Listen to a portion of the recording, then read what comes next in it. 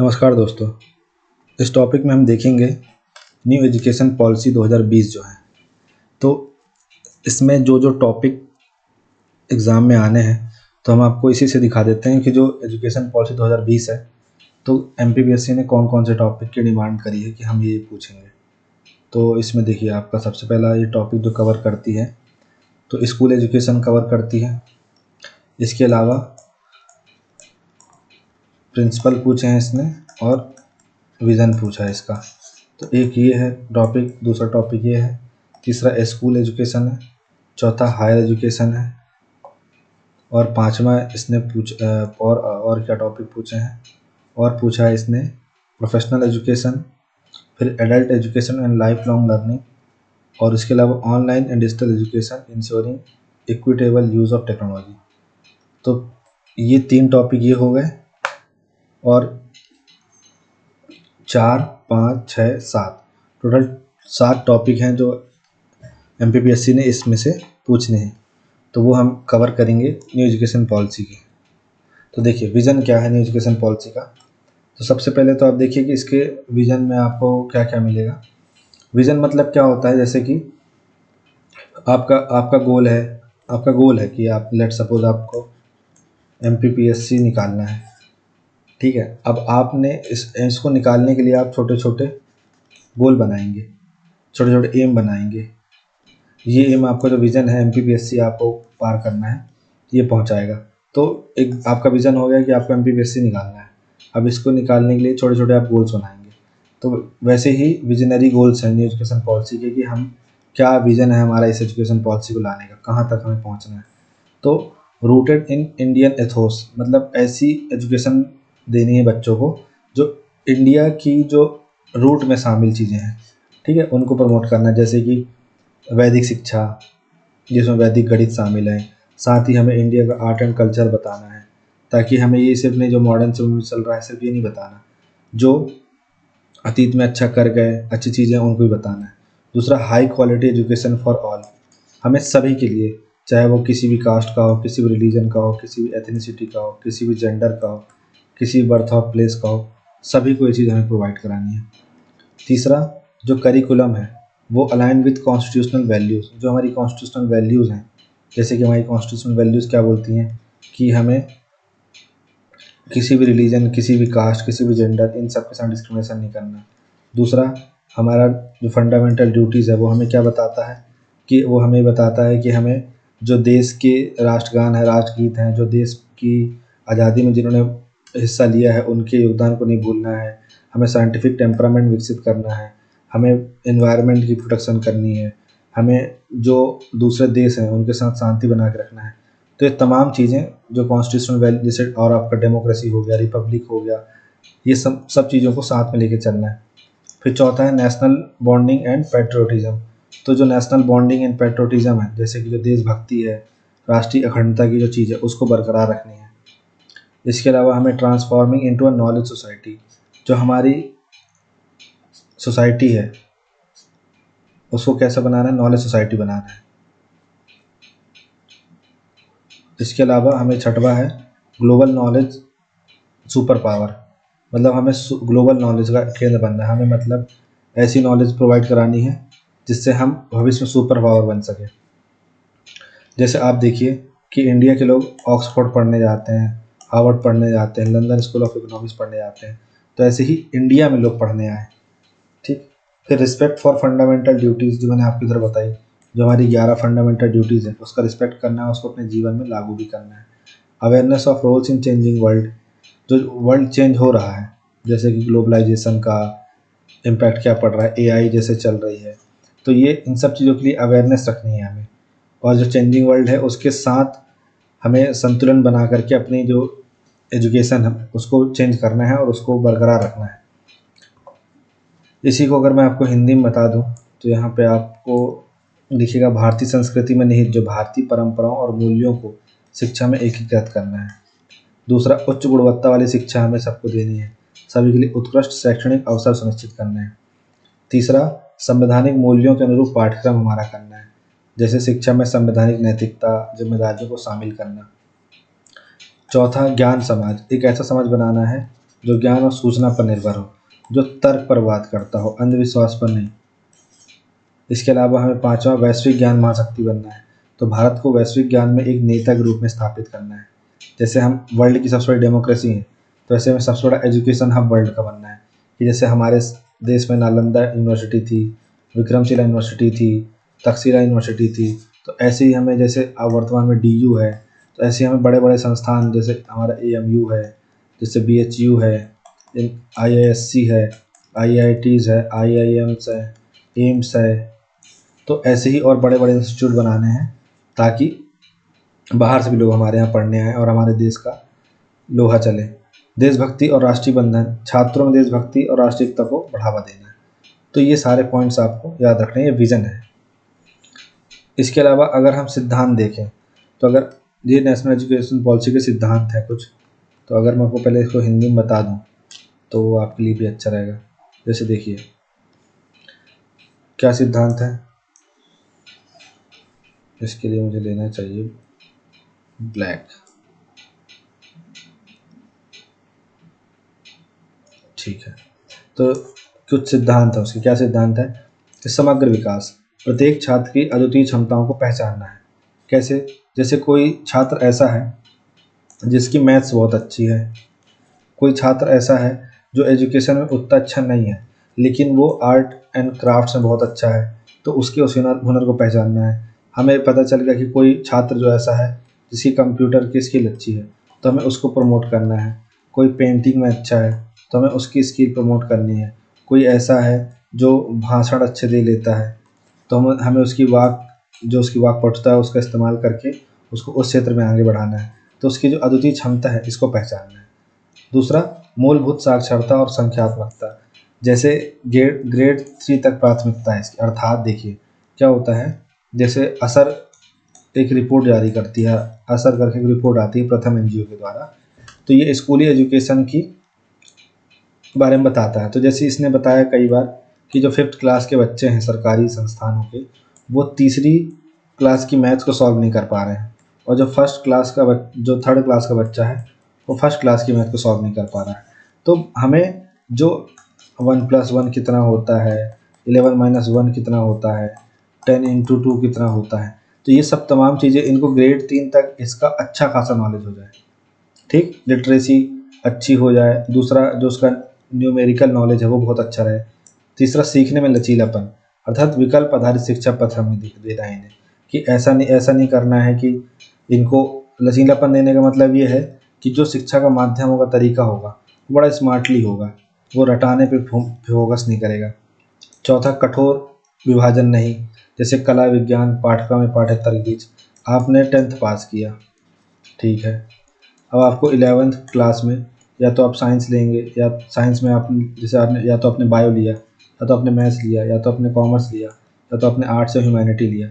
लेकिन अगर मान लीजिए मेरे को ये है कि मुझे बायोलॉजी पढ़नी है और केमिस्ट्री पढ़ना है, लेकिन मुझे फिजिक्स नहीं पढ़ना है, मुझे क्या पढ़ना है, मुझे पढ़ना है पॉलिटिकल साइंस, तो ऐसा कॉम्बो मेरे लिए बन सकता है।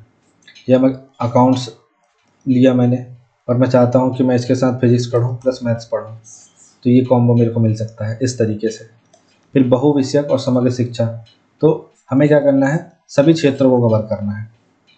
फिर संकल्पनात्मक समझ, रटकर नहीं, हमें क्या करना है, कॉन्सेप्ट क्लियर करना है।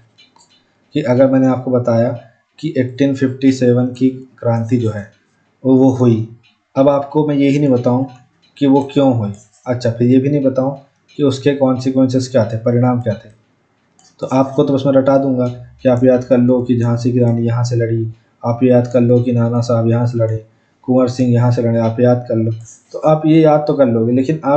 लेकिन अगर आप कॉन्सेप्चुअल पढ़ोगे तो आप देखोगे कि झांसी की रानी इसलिए लड़ रही थी कि जो उनके पुत्र थे दत्तक पुत्र थे, और ब्रिटिशर्स ने कह दिया था कि जो दत्तक पुत्र होंगे उनके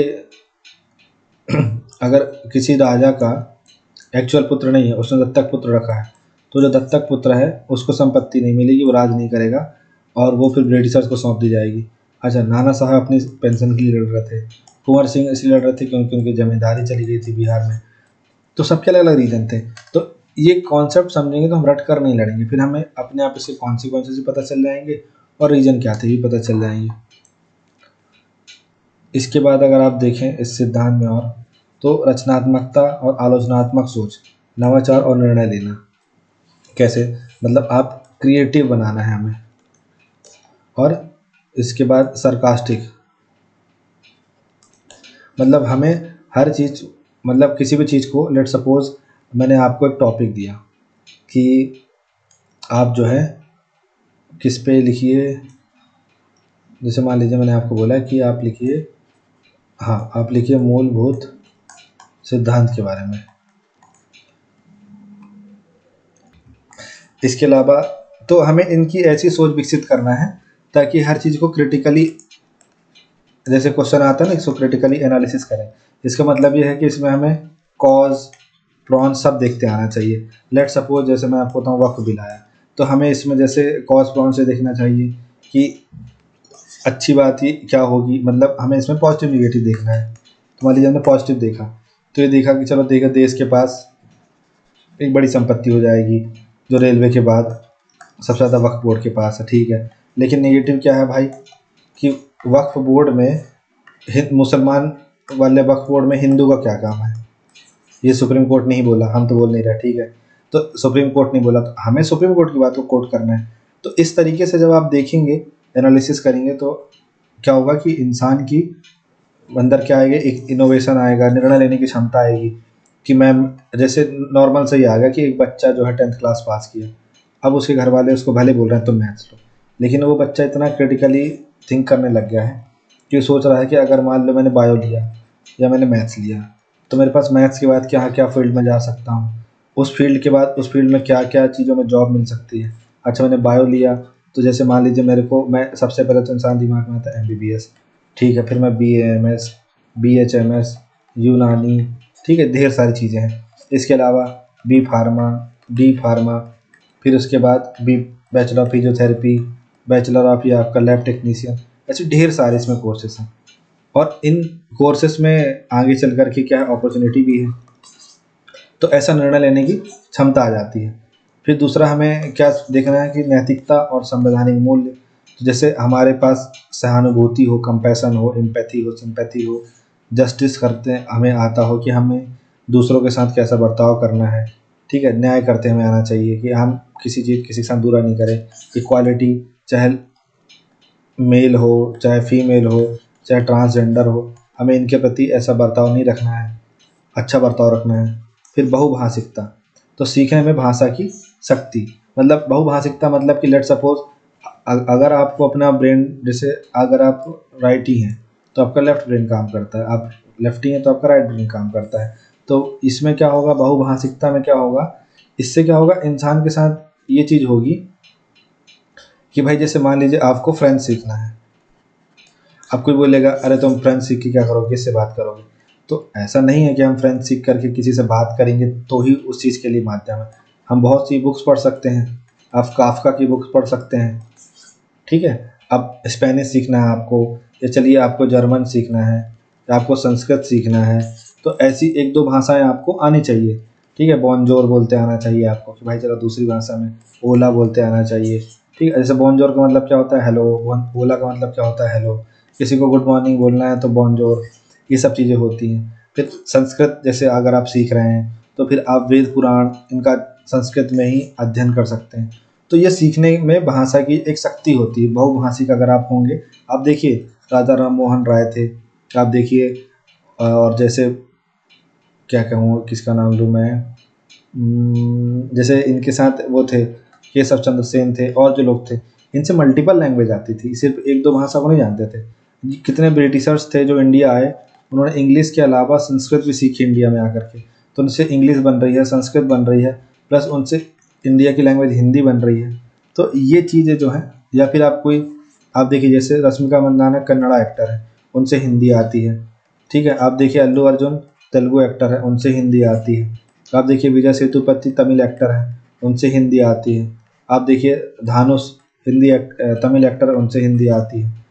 तो इस तरीके से आप खुद देखेंगे कि मल्टीपल लैंग्वेज जिनके पास होती है तो उससे उनका जो सेंस ऑफ ह्यूमर होता है, और साथ ही में जो उनकी माइंड की जो क्यूरोसिटी होती है चीज़ों को जानने समझने की, बहुत अच्छी होती है। फिर इसके बाद आप देखिए जीवन कौशल अर्थात संचार, टीम वर्क, लचीलापन, कम्युनिकेशन स्किल बहुत अच्छी होनी चाहिए इंसान को अपनी, मतलब किसी अपनी बात को डिलीवर करना अच्छे तरीके से इंसान को आना चाहिए, एटलीस्ट वो अपनी बात डिलीवर कर ले। फिर टीम वर्क मतलब कि ये नहीं कि भाई लेट सपोज कोई फॉर्म आया और इस फॉर्म के बारे में कोई नहीं जानता तो मैं किसी को क्यों बताऊँ, मैं अकेले भर लेता हूँ। तो एक तो इसमें क्या हुआ, इंसान का खुद का फ़ायदा हो गया। अब टीम वर्क का अलग एग्जाम्पल है, मैं जानता हूँ, पर अगर आप टीम वर्क एग्जाम्पल दें तो ये है कि जैसे किसी काम को मिलकर साथ में करना, तो उससे मिल के साथ में करने से दो फायदा है कि वो काम भी जल्दी हो जाएगा और वो काम जो है अच्छा होगा, ठीक है। और इसके बाद क्या होगा, किसी एक के अंदर कोई अच्छा आइडिया आया तो दूसरा भी अलग डायमेंशन सोच सकता है। जैसे अगर आप देखें, अगर ओपनहाइमर अगर आपने मूवी देखी होगी तो उसमें वो एटॉम बॉम्ब जब बनाना रहता है, एटॉमिक बॉम्ब जब उसको बनाना रहता है, न्यूक्लियर बॉम्ब बनाना रहता है, तो वो क्लासेस लेता है सबकी मैनहट्टन में। जब वो क्लासेस लेता है तो उस दौरान जिस व्यक्ति ने हाइड्रोजन बॉम्ब का आविष्कार किया था, तो ये न्यूक्लियर बॉम्ब, न्यूक्लियर ये चल रहा था विखंडन से, ये बनेगा संलयन से। तो न्यूक्लियर बॉम्ब जब बन रहा था उसी दौरान ही एक व्यक्ति ने हाइड्रोजन बॉम्ब की परिकल्पना रची थी, और उसी दौरान ही हाइड्रोजन बॉम्ब का भी कुछ समय बाद फिर क्या हुआ, टेस्टिंग हो गई मैनहट्टन प्रोजेक्ट के बाद। तो आप देखिए कि टीम वर्क से काम हुआ। फिर अगला एग्जाम्पल मैं आपको दूँ, रचनात्मक मूल्यांकन। तो परीक्षा केंद्रित सीखने से बदलाव, अर्थात हमें ये नहीं करना है कि हमारा कल एग्ज़ाम है तो हम फिर आज लग गए पढ़ने के लिए। हमें अपने आप को पहले से ऐसा बनाना होगा कि ये चीज़ हमें एग्ज़ाम टाइम पे डिपेंडेंट होने की ज़रूरत ना पड़े। हमें ऐसा होना चाहिए कि भाई अगर कल एग्ज़ाम है तो अगर हमने नहीं पढ़ा आज, तो भी हमारे पास इतना कॉन्सेप्ट क्लियरिटी होनी चाहिए कि मैं इसको अगर अभी नहीं पढ़ूँगा ना तो भी मैं कर लूँगा। वो कब होगा, जब वो उस चीज़ को क्रिएटिव तरीके से उसने पढ़ रखा होगा, ठीक है। और किसी का मूल्यांकन भी हो तो क्रिएटिव तरीके से मूल्यांकन हो उसका, सिर्फ एक परीक्षा केंद्रित नहीं हो कि मतलब ये अगर एग्ज़ाम में इसके 100 में से अगर 29 नंबर आए हैं तभी ये पास, ये फेल हो गया, ठीक है, तो ये पूरे एग्ज़ाम में फेल है तो फिर इससे आगे कुछ नहीं होगा। नहीं, वो उसकी और भी चीज़ें हमें देखना है कि वो आर्ट्स में कैसा है, वो स्पोर्ट्स में कैसा है, वो कंप्यूटर स्किल्स वगैरह में कैसा है, ये चीज़ें। फिर टेक्नोलॉजी का उपयोग, ठीक है, तो इस तक हमें पहुंच बनानी है, समावेशन करना है और स्कीम्स भी लानी है। अब जैसे आप देखिए कि इस कई स्कूलों में क्या होता है कि डिजिटल बोर्ड तक नहीं है, ठीक है, चलो डिजिटल बोर्ड महंगा आता है लेकिन कंप्यूटर लैब तक नहीं है। कितने बच्चे ऐसे, आप में से कितने लोग ऐसे होंगे जो उन ऐसे लोगों को जानते होंगे जिनके सामने अगर आप कंप्यूटर में थोड़ा सा भी काम कर रहे हैं, आप कुछ ऐसा कुछ काम नहीं कर रहे हैं, आप सिर्फ गूगल सर्च कर रहे हैं, वो आपको ऐसे देखते होंगे जैसे कि आप पता नहीं कि मतलब साइंटिस्ट हैं। क्यों क्यों क्योंकि कंप्यूटर अभी भी एक ऐसी चीज़ है, लैपटॉप अभी भी ऐसी चीज़ है कि भाई मतलब इसको तो ये तो कैसे चलाते होंगे, जबकि ईजीएस्ट चीज़ है ये चीज़ें। और ये तो एक बार 6 क्लास 5th क्लास तक के बच्चों को स्टार्ट कर देना चाहिए सिखाना, तब से उनको शुरू में टाइपिंग करवाते रहना चाहिए, फिर उन्हें मतलब डॉस सिखाना चाहिए, उसके बाद उन्हें सब चीज़ें समझानी चाहिए कि GUI क्या होता है, CUI क्या होता है, सारे पार्ट्स बताने चाहिए।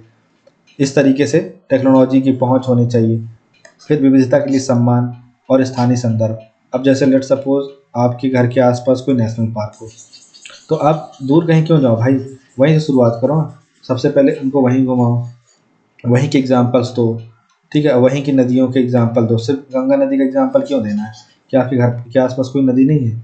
सबके घर के आसपास नदी होती है। आप जिस एरिया में रह रहे हैं वो भी किसी उसमें आता होगा, किसी में फॉरेस्ट जोन में आता होगा। फॉरेस्ट जोन में कैसे कि इंडिया में जैसे सदाबहार वन है, अर्ध सदाबहार वन है, पर्णपाती वन है और अर्ध पर्णपाती वन है, इस टाइप से ढेर सारे फॉरेस्ट हैं।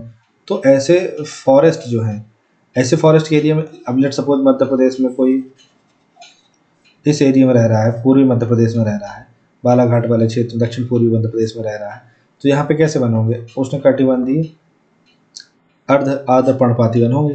तो उसको वहीं का एग्जाम्पल देना है ना हमें। फिर वहाँ मान लीजिए यहाँ नदी बह रही है, जो नदी बह रही है उसका एग्जाम्पल देना है हमें। अब कोई मान लीजिए ये नर्मदा के किनारे वाले क्षेत्र में रह रहा है, तो क्यों उसको गंगा नदी का एग्जाम्पल दे रहा हूँ भाई, उसी का एग्जाम्पल दो उसको जो उसके घर के पास नदी है। इसके अलावा अगर हम और देखें तो समानता और समावेशन मूलभूत सिद्धांतों के रूप में। फिर पाठ्यक्रम तालमेल, सभी शिक्षा स्तरों पर हमें पाठ्यक्रम का तालमेल करना है कि मतलब जैसे हमने 9th क्लास में जो सिलेबस बना है वो 10th क्लास में जा कर के थोड़ा सा अच्छे से ग्रो कर जाए, लेकिन हमें भी देखना है कि हम 8th क्लास में वो चीज़ ना पढ़ाएं जो बच्चे को 6th क्लास में पढ़ लेनी चाहिए। ठीक है, अगर आप गौर से एजुकेशन सिस्टम के बारे में देखें और अगर माँ बाप बच्चे को घर में अच्छे से शिक्षा दें तो पहली और दूसरी क्लास पढ़ाने की तो ज़रूरत ही नहीं है। बच्चे को आप बेसिक्स मैथ्स पढ़ा दें, अल्फ़ाबेट्स पढ़ा दें, काका काका पढ़ा दें। ठीक है, ये चीज़ें रटवाने की जगह उसको प्रैक्टिकली समझा दें। आप उसको सीधे 3rd क्लास में एडमिशन कराइए, 15 साल की उम्र में उसका 12th कंप्लीट हो जाएगा। क्या ज़रूरत है उसको 19 साल 18 साल तक में उसको 12th कराने की। मतलब ये तो ऐसी ही बात हुई ना कि आप जो है आप किसी टॉपिक को 2 दिन में पढ़ सकते हैं, पर आप ज़बरदस्ती में उस टॉपिक के लिए 2, 2, 4, तो 6 दिन खर्च कर रहे हैं। तो इसमें किसका नुकसान होगा? आपकी क्रिएटिविटी का नुकसान होगा ना। अब आपको अभी भी आता है, जैसे आपको आता है कि भाई मुझे पता है पहला पीएम कौन है, पहला सीएम कौन है, पहला प्रेसिडेंट कौन है, सब पता है आपको। अब आप अपनी कॉपी में जब लिख रहे हैं तो क्यों लिखने में उसकी ऊर्जा खर्च कर रहे हैं, और वर्तमान वाला भी क्यों लिखने में खर्च कर रहे हैं? जो आपको जो याद नहीं है बस उनको लिखने में ऊर्जा खर्च कीजिए। अब आप ज़बरदस्ती क्यों याद करें? भारत के पहले प्रधानमंत्री पंडित जवाहरलाल नेहरू थे, भारत के वर्तमान प्रधानमंत्री नरेंद्र मोदी थे। अरे भाई ये 5 साल के बच्चे को ही पता है, ऐसा बोल रहा हूँ मैं। फिर सशक्त शिक्षक भर्ती प्रशिक्षण कार्य वातावरण, जो शिक्षक हैं अच्छे शिक्षक होने चाहिए, उनकी भर्ती प्रक्रिया बढ़िया हो, उनको समय समय पर ट्रेनिंग देती जाती रहे। ठीक है, कार्य वातावरण उनका ऐसा हो कि वो नई नई चीज़ें सीखें। हल्का लेकिन सख्त विनियमन, है ना। ये कहना चाह रहा है कि ऐसा रेगुलेशन होना चाहिए जो सॉफ्ट हो बट टफ भी हो। कैसे? जैसे कि हमें किसी चीज़ पे कॉम्प्रोमाइज़ नहीं करना है, कि स्कूल में एजुकेशन पे कॉम्प्रोमाइज़ नहीं करना है। ठीक है, और उसके बाद हमें स्कूल में जैसे स्पोर्ट्स एक्टिविटी में कॉम्प्रोमाइज़ नहीं करना है, टीचर एब्सेंट में कॉम्प्रोमाइज़ नहीं करना है। तो और बहुत सी चीज़ों में पारदर्शिता चाहिए। फिर उत्कृष्ट शोध विकास के लिए आवश्यक शोध होते रहने चाहिए, लैब्स होनी चाहिए, लैब्स में अच्छे से हमें पढ़ाना चाहिए, प्रैक्टिकली दिखाना चाहिए कि H2SO4 कैसे बनता है, प्रैक्टिकली दिखाना चाहिए कि भाई जो हम वो जो हमें दिखा दिया जाता है ना कि आप वो साबुन बनाना, निरमा बनाना, तो उसको प्रैक्टिकली लैब में बना के दिखाना चाहिए कि भाई ऐसे बनता है। फिर उसके बाद साक्ष्य आधारित प्रगति समीक्षा, अनुसंधान और मूल्यांकन संचालित। ठीक है, भारतीय संस्कृति में निहितता, विरासत पर गर्व। विरासत पर गर्व मतलब आपको आपके देश में विविधता है। ठीक है, पहली बात तो अब विविधता है आपके देश में, धर्म की, इसको हटा दो, धर्म की विविधता है। इसके बाद आपके देश में संस्कृति की विविधता है, आपके देश में भौगोलिक विविधता है। तो इन सब चीज़ों पे हमें गर्व करना चाहिए, और इन सब चीज़ों पे जो विरासत हमारे लोगों ने, जो हमें वेद पुराण, ठीक है, और जो एंशियंट प्लेसेस जैसे सांची देखिए, भीमबेटका देखिए। मतलब भीमबेटका ऐसी जगह है जहाँ पे प्रागैतिहासिक का मनुष्य रह चुका, आद्य ऐतिहासिक का और ऐतिहासिक काल का और आधुनिक काल का हर मनुष्य रह रहा है। तो ये सोचिए कि एक ऐसी जगह पे आज वर्तमान में जो नर्मदापुरम में रायसेन जिले में जो व्यक्ति रह रहा है, भीमबेटका के पास नसरुल्लागंज वाले क्षेत्र में, नसरुल्लागंज ही बोलते हैं ना उसको, अब्दुल्लागंज वाले क्षेत्र में, वो व्यक्ति भीमबेटका से ज़्यादा नहीं रह रहा है। तो उसके पास कभी उस क्षेत्र में ऐसे व्यक्ति भी रहते थे जो सोचिए वहाँ पे जो पेंटिंग बना करके गए। तो हमें क्या करना है, इन सब चीज़ों पे गर्व करना है, इन सब चीज़ों को अच्छे से समझना है। हमें अगर जैसे कोई बोलता है कि हमारे पुराणों में या हमारे धर्म ग्रंथों में ये चीज़ इस चीज़ का वर्णन था, तो हमें उस पर गर्व करना है, लेकिन हमें उस पर धूर्तता नहीं दिखानी है कि देखो हेलीकॉप्टर के बारे में तो ये पहले से ही वर्णन था। तो वो वर्णन अपनी जगह है और प्रैक्टिकली बनाना अपनी जगह है। अब कोई बोले कि मेरे दादाजी यूपीएससी की तैयारी करते थे, तो उसको सुनने में अच्छा लगेगा भाई, पर भाई यूपीएससी निकाला कि नहीं निकाला, आईएएस बने कि नहीं बने, इससे मैटर करेगा ना। इससे थोड़ी ना कि तैयारी करते थे तो लक्ष्मीकांत रखी मेरे घर में आज भी। फिर सार्वजनिक सेवा के रूप में शिक्षा, हर बच्चे का मूल अधिकार होना चाहिए शिक्षा। ठीक है, तो ये सब प्रिंसिपल थे, इंग्लिश में भी मैंने दे दिया है, हिंदी में भी मैंने दे दिया। अब हमारा टॉपिक है स्कूल एजुकेशन। अब अगर आप स्कूल एजुकेशन में देखें कि स्कूल एजुकेशन में हमें क्या पढ़ना है, तो आप देखेंगे कि जो 10+2 सिस्टम है जिसमें आप सब पढ़े होंगे, हम सब 10+2 सिस्टम में पढ़े कि हम पहली से लेकर के 10वीं तक, फिर उसके बाद 11th और 12th पढ़े। 6 से 16 साल तक हमने 10वीं पढ़ी। अब सोचिए 16 साल में 10वीं पास कर रहे हैं, क्या ही चीज़ है। और 16 से 18 के बीच में हम 12वीं पास करें, कितने लोग इसमें भी नहीं कर पाते। तो इस सिस्टम को बदल के क्या कर दिया गया है, 5+3+3+4 सिस्टम कर दिया गया है। और ये 3 से 18 साल, अच्छा ये भी 18 साल तक ख़त्म कर रहा है, ये नहीं कि और पहले ख़त्म कर दे। तो 3 से 18 साल की उम्र तक में ख़त्म कर रहा है इसको भी। तो इसको कैसे बांटा है कि जो अभी इधर देख लीजिए बेसिक, तो पहला स्टेज है ये जो 5 है, ये है फाउंडेशनल स्टेज, इसमें फाउंडेशन रखी जाएगी, इसको बोलेंगे नींव रखी जाना बोलेंगे, ठीक, आधारभूत। इसके बाद प्रिपरेटरी, फिर यहाँ आपको तैयार किया जाएगा। तो ये आपकी नींव डल गई। अब यहाँ पे पिलर डलने चालू हुए। तो ये इसमें आप 3 साल बिताएंगे। फिर आप आ गए मिडिल एज में, फिर इसमें आप 3 साल बिताएंगे। फिर ये आपका सेकेंडरी एज आ गया, इसमें आप 4 साल बिताएंगे। तो देखिए आप इसको ध्यान रखिए कि लास्ट वाला 9वीं से 12वीं तक है, तो शुरू का आप सबको याद हो जाएगा आपको। कैसे, 9वीं से 12वीं तक है तो उसके पहले वाला जो 3 होगा वो 6वीं से 9वीं तक होगा, उसके बाद पहले 3 होगा और तीसरी से 5वीं होगा, तीसरी, चौथी, 5वीं।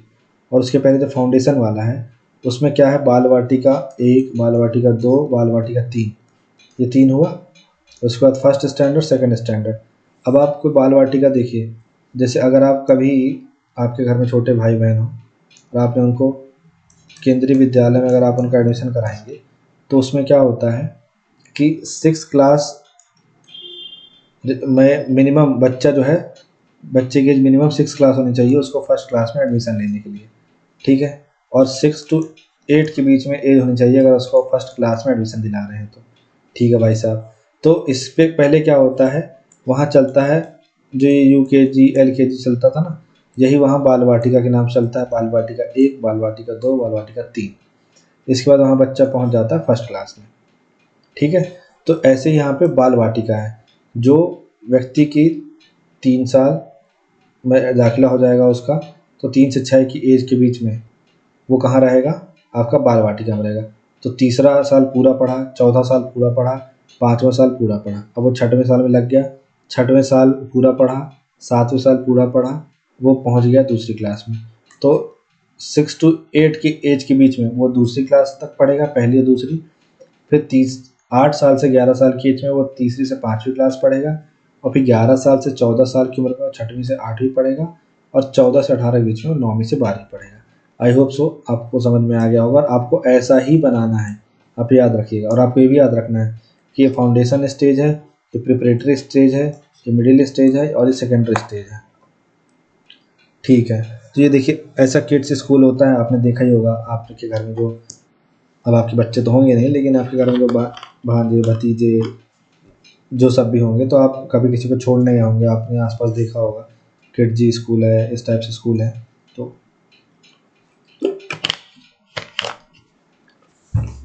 ठीक है, अब आगे देखते हैं।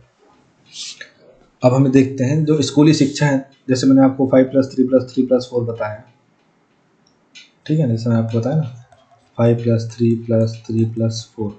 तो यहीं पे हमारा पहला अब आता है क्या, पहला पॉइंट हमारा अब आता है समझने वाला, कि हमें ये समझना है कि ये जो आधारभूत शिक्षा है जो 3 से 8 तक चलेगी, इसके बारे में, ठीक। तो इसमें क्या होगा, प्रारंभिक बचपन देखभाल और शिक्षा, मतलब ECCE, early childhood care and education, इस पर ध्यान केंद्रित करना है। इसमें क्या होगा, खेल गतिविधि आधारित शिक्षा पर जोर दिया जाएगा, ठीक है। कैसे दिया जाएगा कि भाई साहब आप इधर स्कूल में बच्चों को अपने छोड़ जाइए, ठीक है, आपका बच्चा मस्ती करते करते हम उसको सिखा देंगे 1 क्या होता है, 2 क्या होता है, 3 क्या, जैसे मान लीजिए 1 2 3 4 5 ऐसे लोगों को खड़ा कर देंगे, फिर उसको गिनती सिखाएंगे, ये कितने हैं, 1 है, ये कितना है, 2, ये कितने लोगों का 2 हो गए, ये कितने लोगों का 3 हो गए, ऐसे कर करके उसको गिनती सिखा देंगे। फिर उसको हाथ का इस्तेमाल करके गिनती सिखा देंगे कि एक हाथ में 5 उंगलियां होती हैं, ये तो दोनों हाथ, दूसरे हाथ में कितनी होती है, ऐसे करके उसको गिनती सिखा देंगे। फिर उसके बाद उसको कहीं कोई पक्षी गुजरा तो बता देंगे कि ये पक्षी है, इसको इंग्लिश में क्या बोलते हैं, बर्ड बोलते हैं, ठीक है, ये चिड़िया है, ये कौवा है, ये कबूतर, ये तो आसपास दिख जाएगा ना। फिर इसके अलावा जो उसके ह्यूमन बॉडी अंग है, कि ये आपकी नोज़ है, आपने देखा होगा ना, आप किसी बच्चे के यहाँ, किसी के यहाँ जाते होंगे तो नया नया बच्चा हुआ है, 1 2 साल का है, तो बेटा अंकल को नोज़ बताओ कहाँ है, तो बेचारा नोज बता रहा है, उसका शोषण कर रहे हैं वो लोग, जो बता रहा है नोज ये है। अब अगर वो पूछ रहे हैं कि टंग कहाँ, नहीं बता पा रहा है बेचारा, टांग छू दिया। तो फिर उसमें मम्मा ने आपको ये सिखाया था क्या, तो वो बेचारा उसमें फिर मतलब उसका शोषण ही हो रहा है। तो इस तरीके से स्कूल में सिखाते हैं, इस तरीके से सिखाया जाएगा, खेल खेल में उनको सिखा दिया जाएगा। कोई बैग लेके नहीं जाना है, आप धूल मिट्टी खेलो फांदो, बढ़िया मिट्टी खाओ, बत्ती खाओ, ये सब चीज़ें करो। ग्रेड 3 तक आधारभूत साक्षरता और संख्यात्मकता हासिल करना है, मतलब बेसिक जो लिटरेसी है और न्यूमरेसी है वो हमें प्राप्त करना है। ठीक है, इसके बाद हम देखिए, ये क्या पॉइंट आ गया भाई साहब, ये पॉइंट ऐसा आ गया कि न्यू करिकुलर स्ट्रक्चर, अच्छा ये तो मैंने बता दिया ना। तो रिप्लेस ओल्ड 10+2, ठीक है। Divide schooling into foundational stage, preparatory stage, middle stage, secondary stage, ठीक है, 4 स्टेज हैं। फिर इसमें 5 साल बिताएगा, इसमें 3 साल बिताएगा, इसमें भी 3 साल बिताएगा, इसमें 4 साल बिताएगा। अच्छा, इसमें 3 साल से 8 साल के बीच की उम्र बिताएगा अपनी वो फाउंडेशन स्टेज में। इसमें आंगनबाड़ी या बाल वाटिका 1 2 3 तक रहेगा। फिर ग्रेड 1 और 2, क्लास 1 और 2 इसमें पढ़ेगा। फिर प्रिपरेटरी में आपका 3 साल बिताएगा और तीसरी, चौथी, 5वीं क्लास पढ़ेगा। फिर इसमें मिडिल एज में 6वीं, 7वीं, 8वीं क्लास पढ़ेगा। फिर सेकेंडरी में 9वीं, 10वीं, 11वीं, 12वीं ये सब पढ़ेगा। ठीक है, प्यार मोहब्बत करेगा यहाँ आके, ये सब चीज़ें। फिर इसके बाद हम देखिए, फिर इसके बाद पाठ्य चर्चा और शिक्षा शास्त्र सुधार। तो हमने वो देख लिया ना, आपका स्कूली शिक्षा का वो सिस्टम देख लिया कि वो किस टाइप से पढ़ाया जाएगा, क्या होगा। अब हम देखते हैं कि हमने स्कूलिंग देख ली, हमने स्कूलिंग में ये देख लिया कि जो बच्चा है वो स्कूल जो है तीसरे साल से लेकर के 18वें साल तक जाएगा जो, तो फर्स्ट फेज में कैसे जाएगा, सेकंड में कैसे जाएगा, थर्ड में कैसे जाएगा, फोर्थ में कैसे जाएगा। ये हमने 10+2 की जगह जो आया वो हमने देख लिया। अब हमें देखना है कि जो उसको स्कूल में पढ़ाया क्या जाएगा, ठीक है, पेडागॉजी या सिलेबस क्या होगा। तो मुख्य आवश्यक बातों पर ध्यान केंद्रित करने के लिए पाठ्यक्रम को कम किया गया है। ठीक है, कि मतलब ऐसा आपने देखा होगा ना कि आपके चारों ओर बच्चे जा रहे हैं, इतना मतलब उनका अगर वजन कितना किलो होगा, 26 किलो होगा, तो 15 किलो का तो बस्ता ही टंगाया भाई साहब ने। ठीक है, तो इससे क्या होगा कि सिलेबस कम हो जाएगा, तो कॉपियाँ बुक भी कम रहेंगी, उनका लोड भी कम रहेगा। ठीक है, अच्छा बस्ता कम करने के लिए सिलेबस कम नहीं किया गया है, ताकि उनके ऊपर ज़्यादा बर्डन नहीं आए, इसलिए ऐसा किया गया है। फिर शैक्षणिक सह पाठ्य चर्चा, व्यावसायिक विषयों के बीच कठोर विभाजन नहीं, ये सब किया गया है। कैसे, देखिए एजुकेशनल तो रहेगा ही, वो सह पाठ्य चर्चा मतलब कि वो अपने जो सहपाठी हैं उनके साथ वाद विवाद कर चीज़ों को समझेगा, मास्टर के साथ वाद विवाद चीज़ों करके समझेगा, मास्टराइन जी के साथ वाद विवाद करके चीज़ों को समझेगा। फिर जो वोकेशनल या प्रोफेशनल सब्जेक्ट हैं उनके बीच कोई ऐसा डिवीज़न नहीं कर दिया गया है। जैसे मैंने आपको बताया ना कि 10th के बाद वो 11th-12th में जो सब्जेक्ट चाहे ले सकता है एक साथ। फिर क्रिटिकल सोच बनानी है, उसकी क्रिएटिव सोच बनानी है, एक्सपीरियंस शिक्षा पर उसकी जोर देना है। हमें उसको ऐसा नहीं बनाना है कि वो जब वो किसी भी चीज़ को देखे तो उसको जो पर्सपेक्टिव टीचर ने बता दिया वो उसको अंत मान के चले। टीचर उसको ऐसा मिलना चाहिए जो टीचर ये बताए कि आप इस विषय के बारे में सोचो। जैसे कि अगर मैं आपको बताऊं कि एक होती है, एक थ्योरी होती है, कलर कौन सा है, कि उसमें क्या होता है कि एक ये पटरी है, ठीक है, इसमें एक ट्रेन जा रही है, ठीक है। अब इस साइड और फिर इस साइड उसका डिवीज़न है। अब मान लीजिए कि वो इस साइड जाती है तो एक आदमी मरेगा, इस साइड जाएगी तो 5 आदमी मरेगा।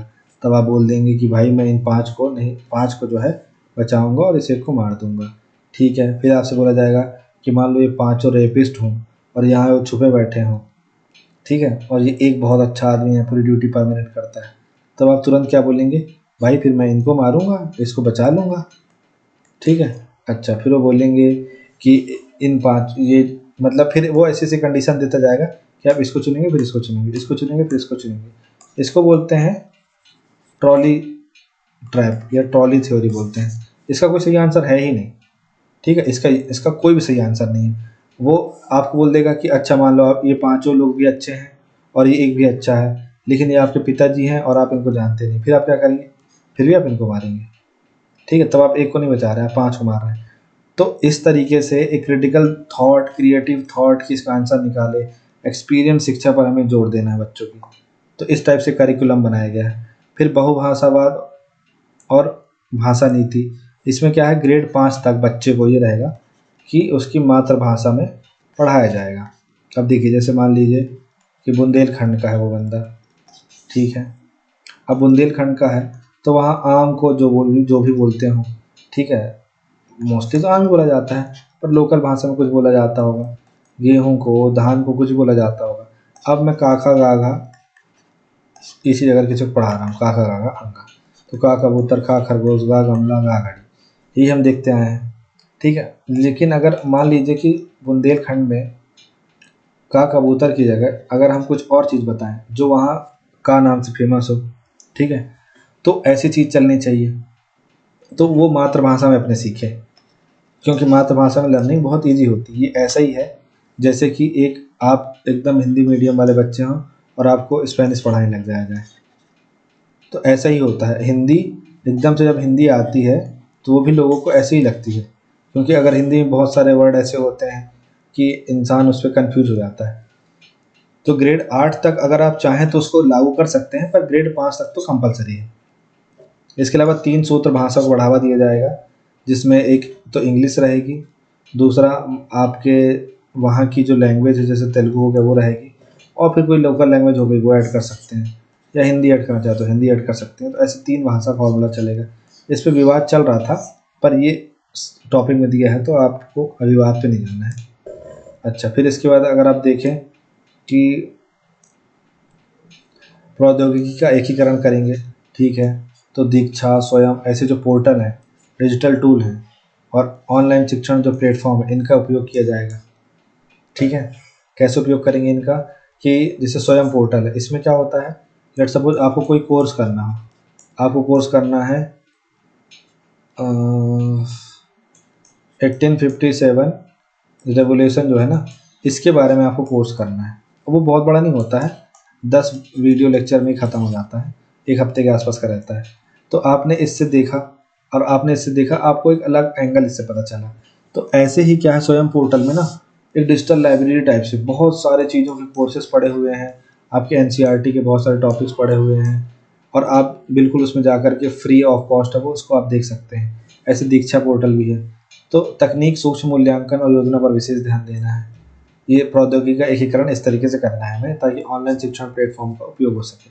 फिर असेसमेंट रिफॉर्म करना है, योगात्मक से रचनात्मक मूल्यांकन की ओर बदलाव करना है। 1+1+2 की जगह ये देखना है कि इस बच्चे ने और किस क्षेत्र में क्या काम किया है, उसकी 360 डिग्री, जैसे बोलते हैं the piece of paper can't decide my career my life. तो ये ऐसा ही है कि हमें ये देखना है, वो बोलेगा कि भाई मैं स्पोर्ट्स में इतना अच्छा करता था,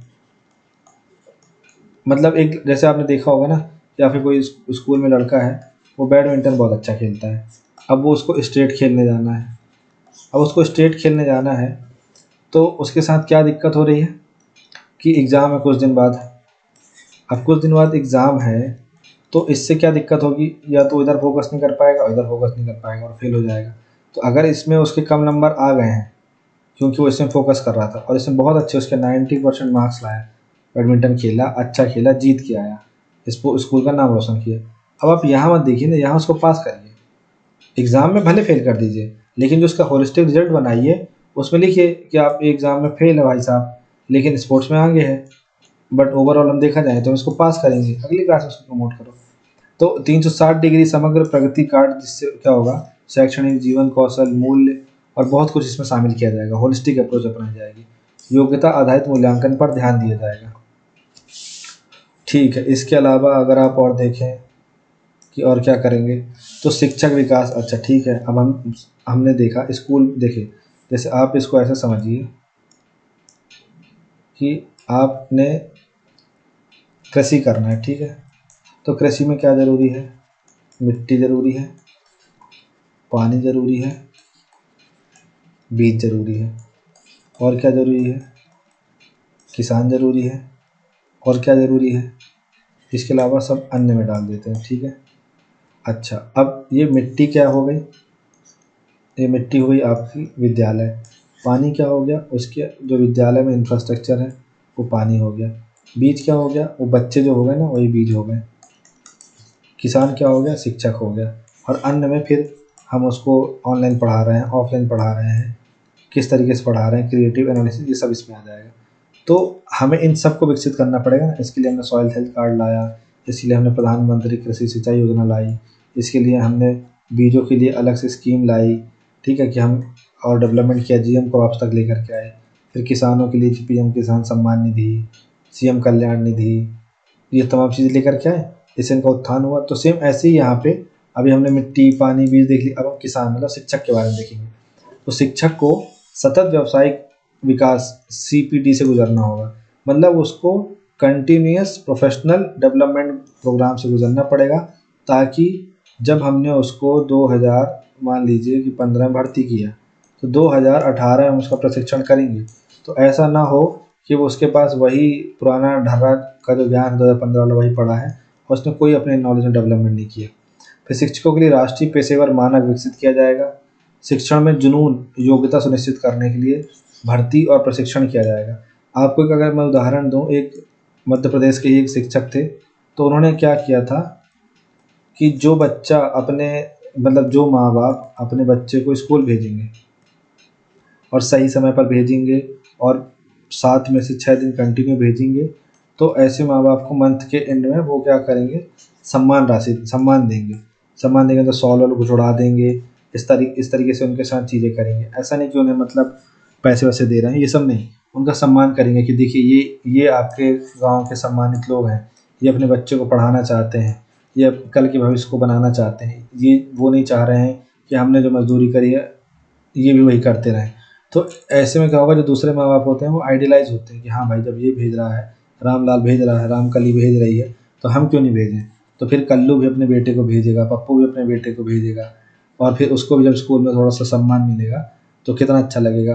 और आपके लिए आपको लग रहा होगा कि अरे स्कूल में सम्मान हो जाएगा तो क्या होगा, लेकिन आप यकीन मानिए कि अगर किसी गाँव के एक व्यक्ति को अगर आपने सर करके बुला दिया, अरे बाप रे बाप, मतलब वो 2 दिन सोएगा नहीं खुशी के मारे।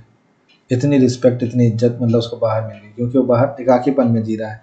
वैसे ही गाँव में उसको मतलब उसको क्या है, उसकी कम्युनिटी बस से इज्जत मिल रही, लेकिन शिक्षक को अच्छा मान रहा है, शिक्षक से उसको इस टाइप से इज्जत मिल गई, तो वो अब वो उस चीज़ में पूरा जान लगा देगा कि मेरी इज्जत जो है बरकरार रहे। तो ये एक अलग इनोवेटिव प्रयास था। तो शिक्षण में उसको जुनून था, उसके अंदर योग्यता थी। तो अगर ऐसी ही बरकरार रखना होगा हमें, तो उनकी भर्ती के समय भी चेक करना होगा और उनका प्रशिक्षण भी करना होगा। फिर व्यावसायिक शिक्षा। व्यावसायिक शिक्षा का मतलब ये है कि कक्षा 6 से शुरू होकर ये छात्रों को व्यावसायिक शिल्प और इंटर्नशिप से परिचित कराएगी। फिर इसके बाद आप देखिए कि 2025 तक लक्ष्य है कि 50% छात्रों को व्यावसायिक अनुभव प्रदान करना है। इसमें यह है कि 6वीं क्लास में बच्चा पहुंच गया, ठीक, अब उसको क्या है, लेट सपोज स्कूल में क्या किया जाएगा कि भाई ये कुर्सी बनाओ, मिल के ये कुर्सी बनाओ, ठीक है, आड़ी तिरछी जो भी बनी। फिर उनको एक प्रशिक्षण दिया जाएगा कि देखो ऐसे कुर्सी बनती है।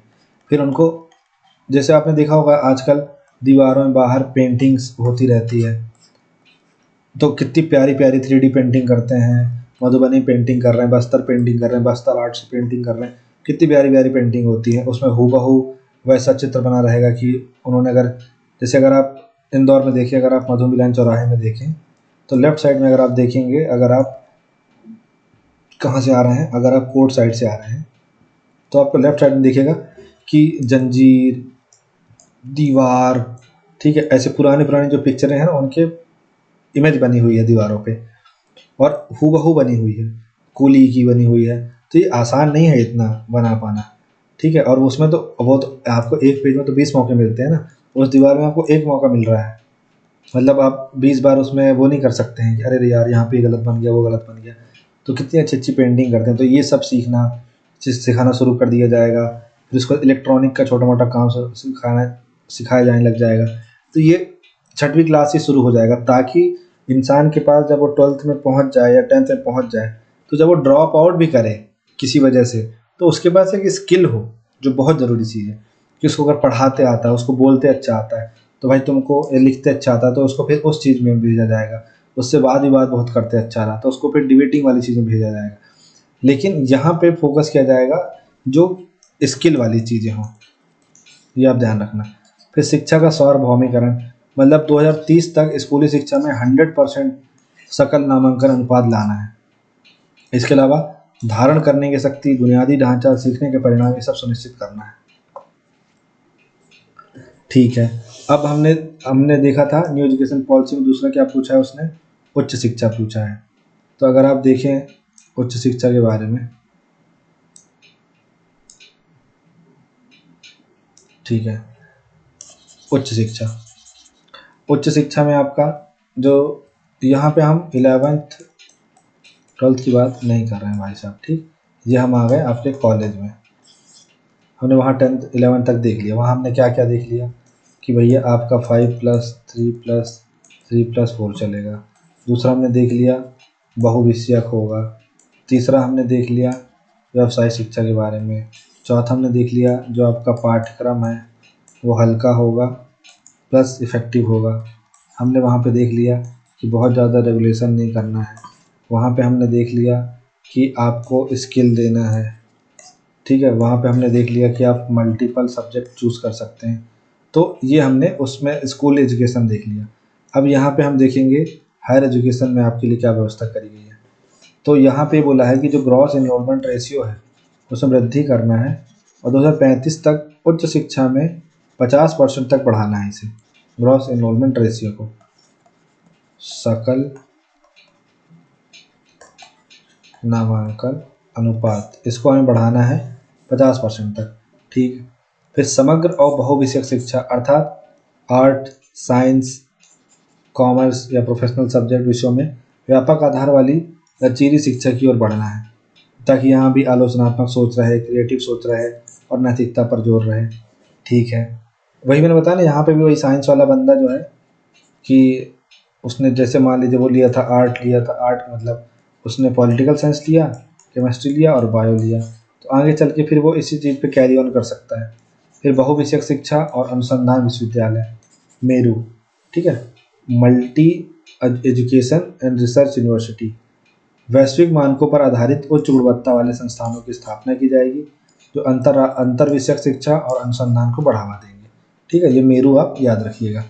इसके बाद क्या होगा कि higher education commission of India बनेगा, ठीक है। जैसे आपने यूजीसी का नाम सुना था, यूनिवर्सिटी ग्रांट्स कमीशन, इसी को रिप्लेस करके higher education commission of India बनेगा।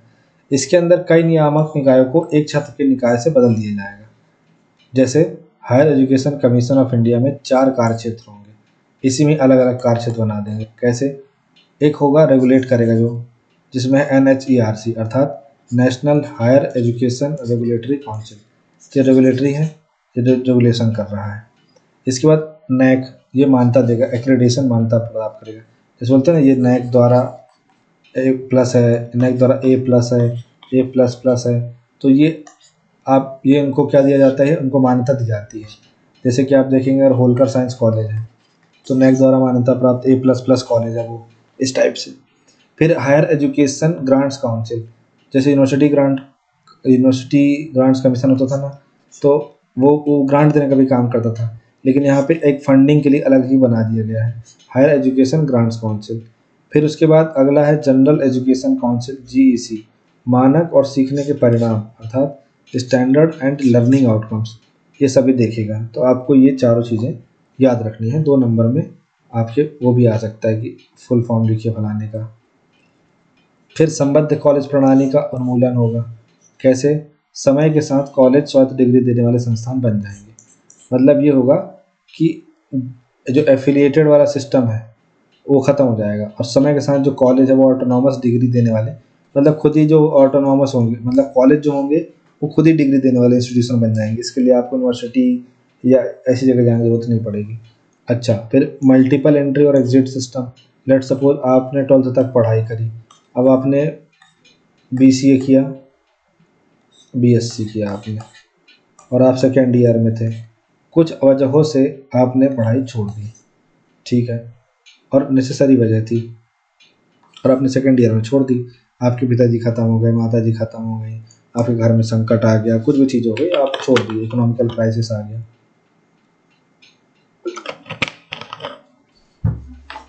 इसके बाद क्या होगा आपके साथ कि आप, लेकिन आप 4-5 साल बाद पढ़ना चाहते हैं, तो अब क्या हो, तो फिर आप यहीं से कंटिन्यू भी कर सकते हैं, ठीक है।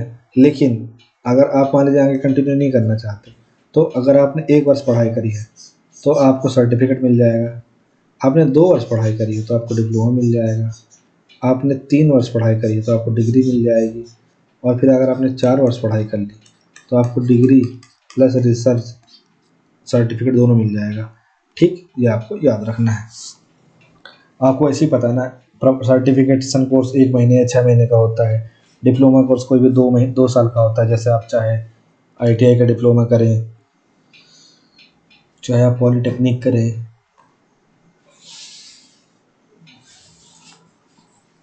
इसके अलावा आप देखिए कि अकादमिक bank of credit, ABC, academic bank of credit, तो शैक्षणिक क्रेडिट का डिजिटल संग्रह होगा जिससे संस्थानों में क्रेडिट ट्रांसफ़र और गतिशीलता की अनुमति मिलती है। फिर नेशनल रिसर्च, आपका ये रिसर्च फाउंडेशन होगा, तो विभिन्न विषयों में एक मजबूत सोच संस्कृति को वित्त पोषित और बढ़ावा देना, ताकि हम चाहते हैं कि बायो के फील्ड में रिसर्च हो और केमिस्ट्री में और रिसर्च हो, इस टाइप से। मुक्त और दूरस्थ शिक्षा को बढ़ावा देना, तो ऑनलाइन और मिश्रित शिक्षा का विस्तार, विशेष रूप से वंचित क्षेत्रों के लिए। अब लेट सपोज कोई ये हिमालय की पहाड़ी में कोई गांव है, तराई में कोई गांव है, तो ये इधर पे कुछ बच्चों के लिए स्कूल नहीं बनाया जा सकता, तो क्या व्यवस्था की जा सकती है उसके बारे में बात है। शिक्षा का अंतर्राष्ट्रीयकरण, शीर्ष वैश्विक विश्वविद्यालयों को भारत में परिसर खोलने की अनुमति दी जाएगी। छात्र और संकाय आदान प्रदान को प्रोत्साहित करना, ठीक। अर्थात देखिए, जैसे आपके यहाँ जवाहरलाल नेहरू यूनिवर्सिटी है, DU है, आपके यहाँ AMU है, आपके यहाँ जामिया मिलिया इस्लामिया है, BHU है, IISc है, ठीक है। यहाँ विदेश से लोग पढ़ने आते हैं। तो क्या बोला है, शीर्ष वैश्विक विद्यालयों को भारत में परिसर खोलने की अनुमति दी जाएगी।